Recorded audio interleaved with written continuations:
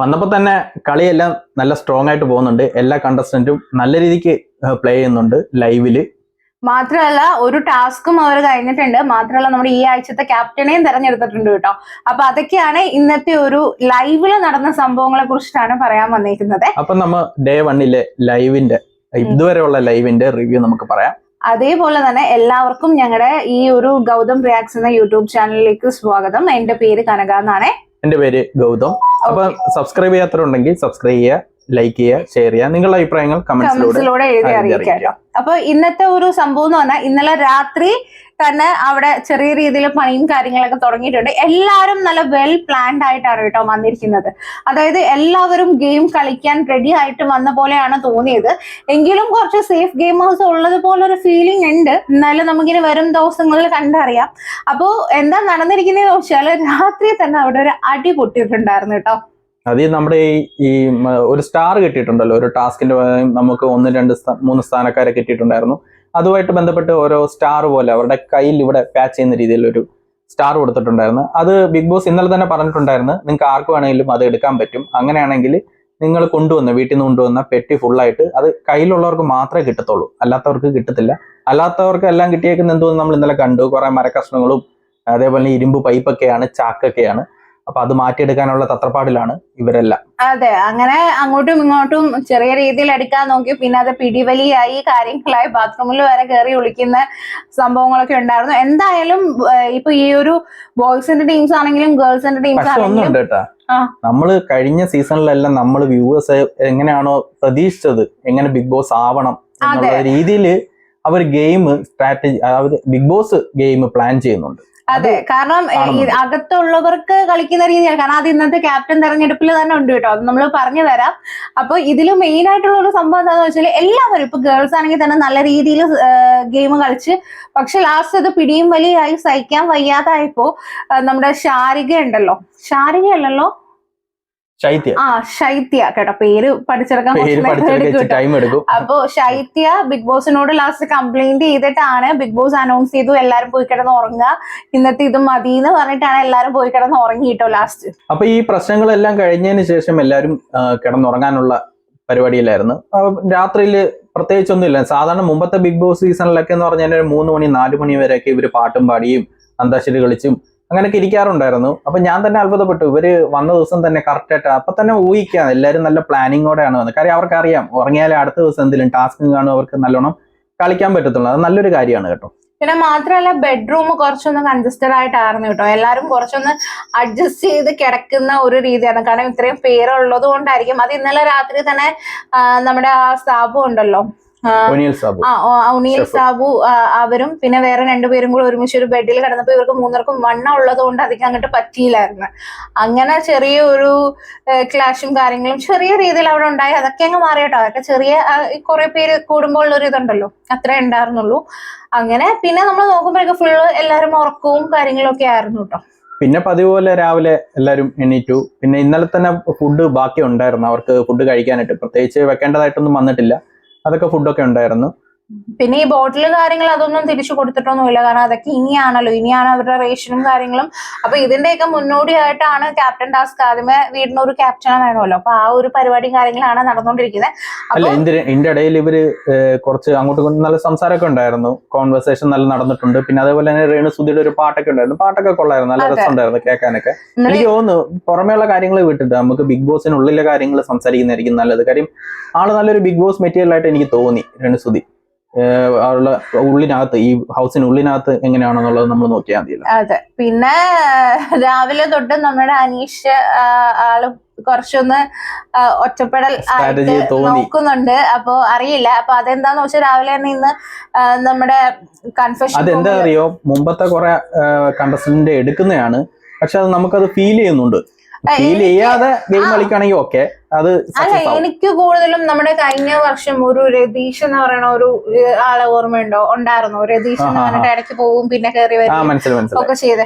അപ്പൊ ആളുടെ പോലൊരു ടൈപ്പ് ആണോ അല്ലെങ്കിൽ ഇനി ആളുടെ രീതി എടുക്കാൻ ശ്രമിക്കുന്നതാണോ എന്നറിയില്ല, എനിക്ക് അതേപോലെ ഒരു ഫീൽ ചെയ്തു കേട്ടോ. എന്തായാലും എല്ലാവരും നല്ല രീതിക്ക് ആള് നല്ല രീതിയിൽ ഗെയിം പ്ലാൻ, കാരണം 5 വർഷത്തോളം ഇതിനു വേണ്ടി ലീവ് എടുത്ത ആരെയും അറിയത്തില്ലെന്ന് പറയുന്നതൊക്കെ ചുമ്മാതാണ്. നല്ല പ്ലാൻ ചെയ്ത് നല്ല എല്ലാം നോക്കിയിട്ട് അരിച്ചു പറക്കി നോക്കിയിട്ടാണ് ഇവരൊക്കെ ഈ ബിഗ് ബോസിൽ വരുന്നതിന് മുന്നേ തന്നെ എന്തായാലും പ്രഡിക്ഷൻ ലിസ്റ്റിൽ വരുന്നവരെയൊക്കെ അരച്ച് കലക്കി കുടിച്ച് നോക്കി വെച്ചിട്ടായിരിക്കും. ആളുടെ സ്ട്രാറ്റജി ആയിരിക്കാം, പക്ഷെ അത് നെഗറ്റീവ് നമുക്ക് പറയാൻ പറ്റത്തില്ല. ഒരു ഗെയിം ആകുമ്പോൾ നമ്മൾ വെൽ പ്ലാൻഡ് ആയിട്ട് വരും. ചിലപ്പോൾ ചിലർ തുറന്നു പറയും ഞാൻ വെൽ പ്ലാൻഡ് ആയിട്ട്. പക്ഷെ അത് ഇതിലൊരു പ്രശ്നം എന്താണെന്ന് വെച്ചാൽ ആള് പറയുന്നതിലൊക്കെ കാര്യം ഉണ്ടെങ്കിലും മറ്റുള്ളവർ വന്ന് പോട്ടെ ചേട്ടാ അങ്ങനെ ഇങ്ങനെ പറയുമ്പോൾ അതും കൂടെ കേൾക്കാൻ നിൽക്കണം. പക്ഷെ ആൾ അങ്ങനെ കേൾക്കാൻ നിൽക്കുന്നില്ല.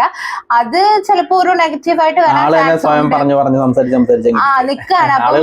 അതായത് മനഃപൂർവ്വം ഞാൻ മാറി നിൽക്കും, ഇറിറ്റേറ്റ് ചെയ്യുകയാണ്. അതെ, നമ്മൾ ഒരാൾ ഇങ്ങനെ കടന്ന് സംസാരിച്ചുകൊണ്ടിരിക്കുന്നത് നമ്മൾ കൂടുതൽ ഇറിറ്റേറ്റ് ആയിട്ട് കൂടുതൽ ആളിലോട്ട് സംസാരിച്ചും വഴക്കിനും എല്ലാം ചെല്ലും. എല്ലാരും അതാണ് ചെല്ലും. അപ്പൊ ഒരു അവിടെ ഒറ്റപ്പെടൽ വരുവാണ്.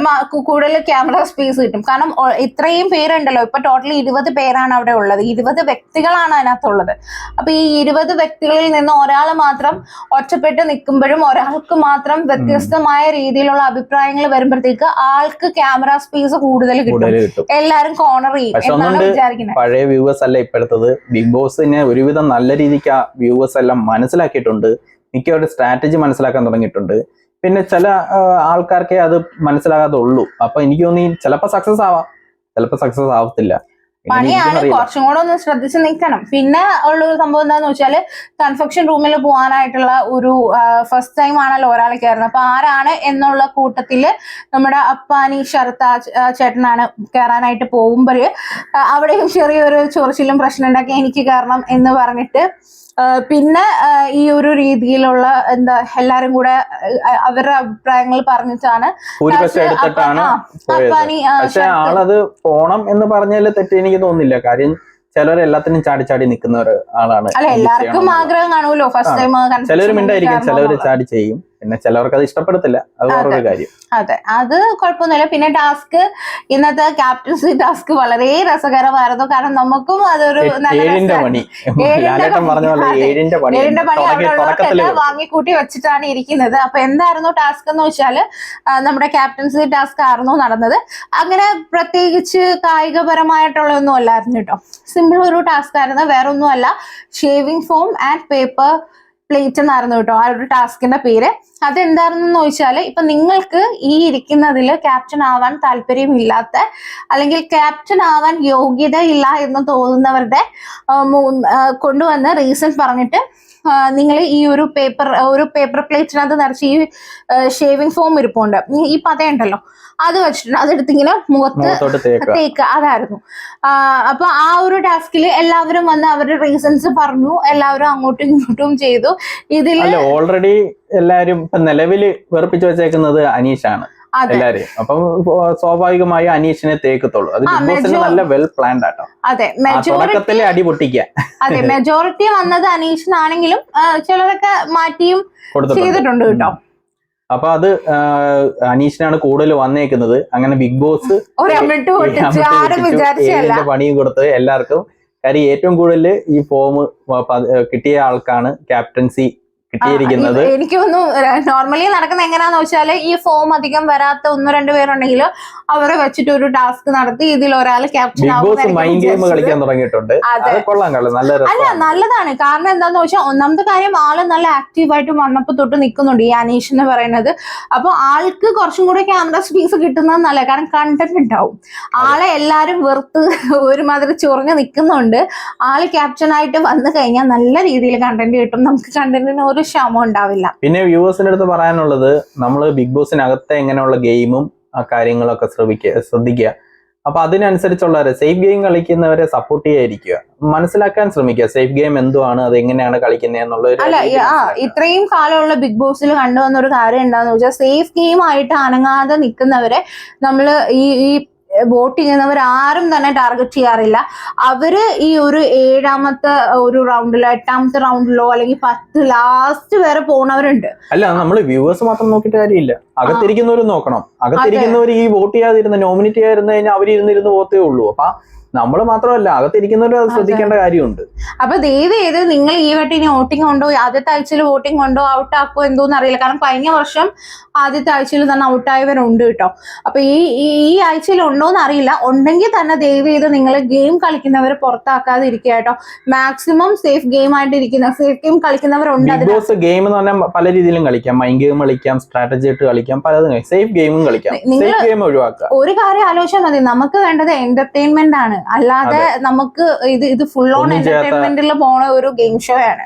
അപ്പൊ എന്റർടൈൻമെന്റ് എന്നുള്ളൊരു രീതി മാത്രം മനസ്സിൽ കണ്ടിട്ട് സേഫ് ആയിട്ട് അതിൽ ഇരുന്നിക്കുന്നവരെ മാത്രം നിങ്ങൾ ടാർഗറ്റ് ചെയ്യുക, അവരെ മാത്രം പുറത്താക്കുക. നെഗറ്റീവ് ആയിക്കോട്ടെ പോസിറ്റീവ് ആയിക്കോട്ടെ, നെഗറ്റീവ് ഉണ്ടെങ്കിൽ ഒരു പോസിറ്റീവ് ഉണ്ടാവുള്ളൂ, എങ്കിലേ നമുക്ക് കാണാൻ ഒരു രസം ഉണ്ടാവുള്ളൂ കേട്ടോ. അപ്പം ഇതുവരെ ലൈവ് ഇത്രയൊക്കെയാണ് നടന്നിരിക്കുന്നത്. അപ്പം ഇതേപോലുള്ള ഫുഡ് കഴിക്കലും കാര്യങ്ങളും പിന്നെ ഇനി അവരുടെ ഗ്രോസറി ഒക്കെ തെരഞ്ഞെടുക്കും. ഈ ആഴ്ചത്തേക്കുള്ള റേഷൻ തെരഞ്ഞെടുക്കണം. അല്ലെ, ഈ ആഴ്ച ഇനിയിപ്പോ ഉള്ളതെന്ന് പറഞ്ഞാൽ റേഷൻ തെരഞ്ഞെടുക്കണം. ചിലപ്പോ 1-2 ഡെയിലി ടാസ്ക് കൊടുക്കുമായിരിക്കും. അങ്ങനെയുള്ള കാര്യങ്ങളൊക്കെ ആയിട്ട് ഈ ആഴ്ച ഇനി അങ്ങ് പോത്തുള്ളൂ. ഇനിയിപ്പോ ഇതിന്റെ ഇടയ്ക്ക് പ്രശ്നങ്ങളും കാര്യങ്ങളും ഒക്കെ പ്രതീക്ഷിക്കാം. അങ്ങനെ ഇപ്പോഴും തന്നെ ഉണ്ടല്ലോ ലൈവ്. ഇതേപോലുള്ള ലൈവ് വീഡിയോസ് എന്തെങ്കിലും ഉണ്ടെങ്കിൽ ഞങ്ങൾ വീഡിയോ ആയിട്ട് വരുന്നതായിരിക്കും. അപ്പൊ ഇതേപോലുള്ള ബിഗ് ബോസ് വീഡിയോസ് ലൈവിന്റെയും അതല്ല ഡെയിലി റിവ്യൂയും എല്ലാം കാണാൻ താല്പര്യമുള്ളവർക്ക് സബ്സ്ക്രൈബ് ചെയ്യാം, ലൈക്ക് ചെയ്യാം, ഷെയർ ചെയ്യാം. നിങ്ങളുടെ അഭിപ്രായങ്ങളും കമന്റ്സിലൂടെ അറിയിക്കുക. കമന്റ്സിലൂടെ എല്ലാവരും അഭിപ്രായങ്ങൾ അറിയിക്കുക. അപ്പോൾ ഇത്രേ ഉള്ളൂ. അപ്പൊ അടുത്ത വീഡിയോ ആയിട്ട് ഉടനെ വരുന്നതായിരിക്കും. അതുവരെ ബൈ.